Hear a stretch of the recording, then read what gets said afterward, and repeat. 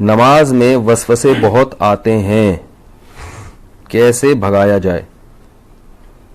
دیکھو نماز میں وسوسے اگر اس طرح کے آ رہے ہیں نا, وسوسے دو طرح کے ہوتے ہیں. بعض لوگوں کو طہارت یعنی ناپاکی کا وسوسہ شروع ہو جاتا ہے کہ پتہ نہیں ہوا تو نہیں خارج ہوئی ہے, پیشاب کا قطرہ تو نہیں نکلا, تو اس کے بارے میں صحیح حدیث ہے کہ جب تک 100% یقین نہ ہو وضو ٹوٹنے کا, اس وقت تک یہی سمجھا جائے گا کہ وضو باقی ہے.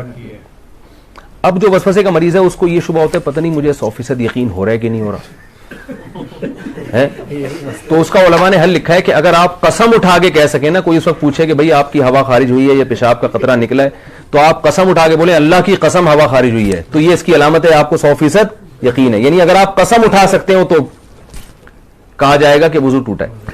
لیکن جو وہمی ہے نا وہ کہے گا پتہ نہیں میں قسم اٹھا سکتا ہوں کہ نہیں اٹھا سکتا. یہ بھی ہوتا ہے. اگر کوئی اس وقت مجھ سے پوچھے تو میں کیا قسم اٹھا سکتا ہوں, تو یاد رکھو اگر آپ کو اس میں ڈاؤٹ ہو رہا ہے اس کا مطلب ہے آپ قسم نہیں اٹھا سکتے, کیونکہ جب آپ نے کوئی یقین ہوتا تو کہتے ابھی رات کا وقت ہے نا, میں آپ سے پوچھوں بھائی ظہر ہے یا رات ہے, تو آپ قسم اٹھا کے فوراً, کوئی کتنا ہی وہم کا مرض ہو آپ قسم اٹھانے میں ہچکچاؤ گے نہیں. تو اگر یہ ہو رہا ہے پتہ نہیں قسم اٹھا سکتا ہوں, تو یہ اس کی علامت ہے کہ آپ قسم نہیں اٹھا سکتے اور آپ کا وضو نہیں ٹوٹا. پھر یہ فکر نہ کریں کہ حقیقت میں ہوا خارج ہوئی ہے نہیں ہوئی ہے, بس اللہ اس کے رسول نے جب کہہ دیا کہ آپ کا وضو باقی ہے تو وضو باقی ہے. دوسرا وسوسہ تجوید کا ہوتا ہے. الحمدللہ کو الحمد پتہ نہیں ہا حلق سے نکل رہا ہے کہ نہیں نکل رہا, یہ بھی ہوتا ہے. اتنی زور زور سے پڑھتے ہیں کہ ساتھ والے کے لیے نماز پڑھنا مشکل ہو جاتا ہے. تو ایسے وسوسے کے مریض کو چاہیے بس جلدی سے پڑھ لیا کرے. کسی نے بڑا اچھا ملفوظ بھیجا حضرت ڈاکٹر عبدالحی رحمۃ اللہ علیہ کا, کہ ان کے پاس ایک شخص آیا اور کہنے لگا میرے تو سردے ہی بیکار ہیں, میری تو نماز ہی بیکار ہے, نماز میں دل ہی نہیں لگتا اور وسوسے آتے ہیں اور پتہ نہیں کہاں توجہ ہوتی ہے, ایسی نماز کا کیا فائدہ, ایسے سردوں کا کیا فائدہ. انہوں نے کہا یہ جو تم عجیب سی اور عجیب سے سردے کر رہے ہو جس میں تمہیں وسوسے آ رہے ہیں, کیا یہ سردہ مجھے کر سکتے ہو ایسا سردہ؟ انہوں نے کہا نہیں یہ تو نہیں کر سکتا.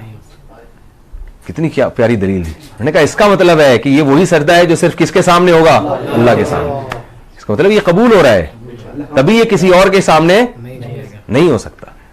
تو وہم کے مریض کو چاہیے بھائی, اسی طرح جن لوگوں کا نماز میں دل نہیں لگتا, خیالات آ رہے ہیں, بھائی ہے تو نماز نا, یہی خیالات والی نماز آپ کسی اور کے سامنے کھڑے ہو کر کبھی نہیں پڑھو گے, یہ اللہ ہی کے لیے. تو یہ اس سے میں نے یہ سنا, مجھے اتنا فائدہ ہوا, میں نے کہا دیکھو یار کتنی حوصلے کی بات کر لی انہوں نے. بھائی ٹوٹی پھوٹی لنگڑی لولی نماز ہے تو اللہ کے لیے نا, باقی ظاہر ہے دن بھر محنت مزدوری کریں گے تو خیالات تو آئیں گے. خیال تو ایسی چیز ہے جتنا بھگاؤ اور آئے گا. وہ لطیفہ سنا ہے کتے والا, وہ ایک پیر صاحب نے کسی کو, جعلی پیر تھے نا تو یہ تعویذ گنڈوں کا کام بہت کرتے ہیں, تو انہوں نے کسی کو تعویذ دیا اور 50-60 ہزار روپے اس تعویذ کی قیمت لی.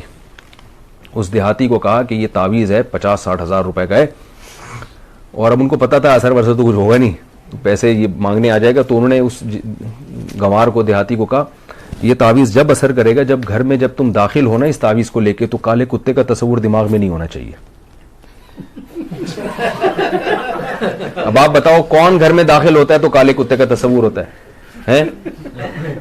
کسی کو بھی نہیں ہوتا. انہوں نے بولا جب گھر میں جاؤ گے تو کالا کتا نہیں ہونا چاہیے.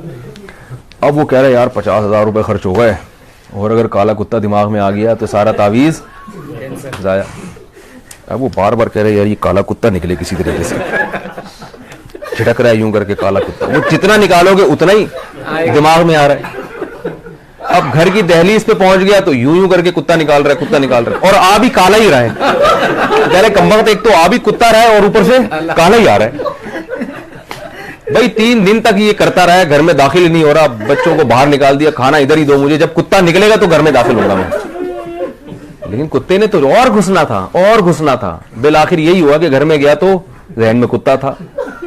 بعد میں آیا وہ اپنے جعلی پیر سے کہنے لگا یہ اثر ہی نہیں. انہوں نے کہا میں دیکھا مجھے تو پتہ چل جاتا تمہارے ذہن میں کتا تھا, اور عقیدت ہوگی کہ ایک تو ان کو پتہ بھی چل گیا.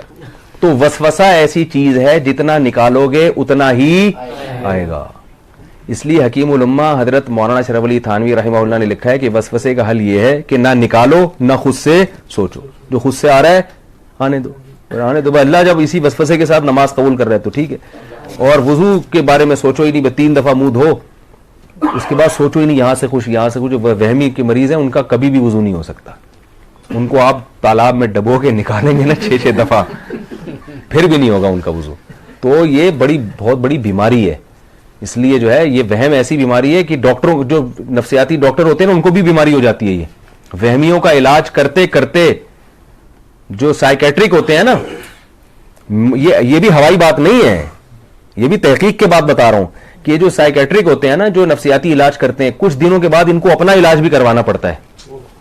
یہ حقیقت ہے, آپ کسی ڈاکٹر سے پوچھ لیں, کسی اپنے سے بڑے ڈاکٹر کے بعد بیٹھے ہوں گے کہ مجھے یہ ہو رہا ہے, ٹھیک ہے نا, کیونکہ ہر وقت ان کے پاس ایسے مریض آ رہے ہیں جو الٹی باتیں کر رہے ہیں, تو تھوڑے دن میں یہ بھی الٹے سوچنا شروع ہو جاتا ہے. کوئی نارمل بندہ ہی نہیں آتا ان کے پاس. تبھی میں وہمیوں سے بہت ڈرتا ہوں. کسی کو طلاق کا وہم ہو گیا, کسی کو جناب طہارت کا وہم ہو گیا, تو زیادہ فون آتے ہیں, پھر میں اس کو وہمیوں کی لسٹ میں ڈالتا ہوں. میں کہ بھائی تو پاگل ہے, ہم کو تو نہیں پاگل بنانا, تو ہم بھی یہی سوچنا شروع کر دیں. میں 2-4 دفعہ اب نہیں بتاؤں گا مسئلہ. تو وہ کیا ہوا تھا, وہ اسی طرح ایک بندہ کیا, اس کو وہم ہو گیا تھا کہ میں بندر ہوں. تو وہ ڈاکٹر صاحب کے پاس گیا, ڈاکٹر صاحب مجھے وہم ہے کہ میں بندر ہوں. ڈاکٹر نے کہا پنکھے سے نیچے اتر کے تو بات کروں گا نا بھائی میں.